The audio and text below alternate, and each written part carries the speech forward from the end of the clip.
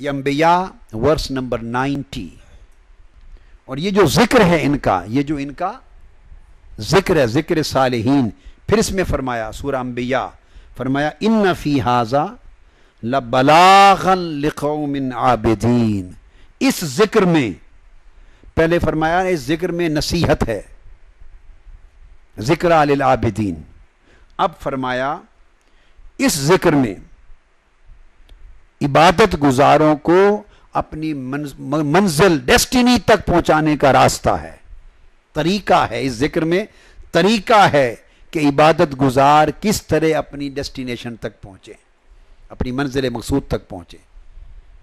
تو یہ جو ذکر صالحین ہے، اس میں طریقہ ہے عبادت گزار کس طرح اپنی منزل مقصود تک پہنچے. لبلاغا لقوم عابدین. دس از تصوف. یہ تصوف ہے، اس کو طریقت بولتے ہیں نا، یا عربی میں طریقہ کہتے ہیں. یہ طریقہ ہے، یہ راستہ ہے جو لیڈ کرتا ہے آپ کو منزل مقصود کی طرف. اسی کو کہا فی ھذا لبلاغا لقوم عابدین. پہلے فرمایا نصیحت ہے، گائیڈنس ہے. تو اس سے دو باتیں ثابت ہوئیں کہ تصوف ایک ایسا مضمون ہے ذکر صالحین کہ کئیوں کو اپنی اپنی کیپیبلٹی اور اپنی ایبلٹی پہ ڈیپینڈ کرتا ہے. کئیوں کو گائیڈ کر دیتا ہے، ذکرہ للعابدین، نصیحت کر دیتا ہے کہ ادھر جاؤ. اور کئیوں کو لبلاغا لقوم عابدین، کئیوں کو منزل مقصود تک پہنچا دیتا ہے. بلاغن پہنچا دینا، کئیوں کو پہنچا دیتا ہے.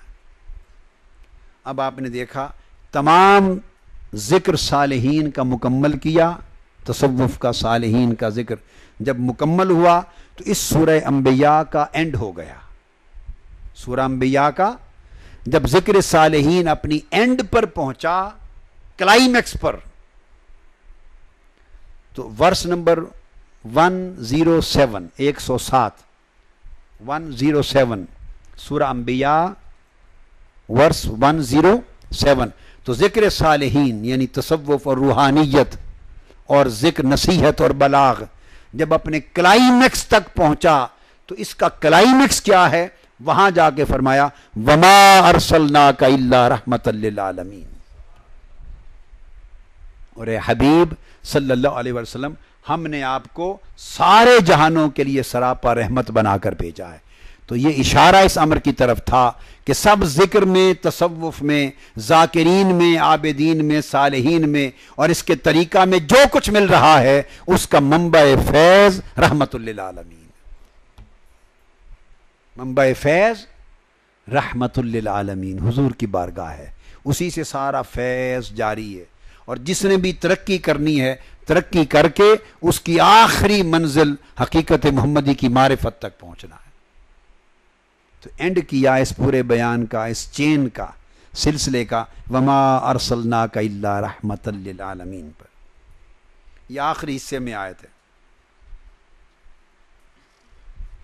بس یہ صرف 2 صورتوں سے میں نے آج بیان کر دیا ہے کہ ہم جب ذکر تصوف کو ہم ڈسکس کریں گے، پڑھیں گے، تو دراصل تصوف کے تمام سورسز، اتھارٹیز، ریفرنسز جب آئیں گے تصوف کے تو وہ صالحین کا ذکر ہوگا.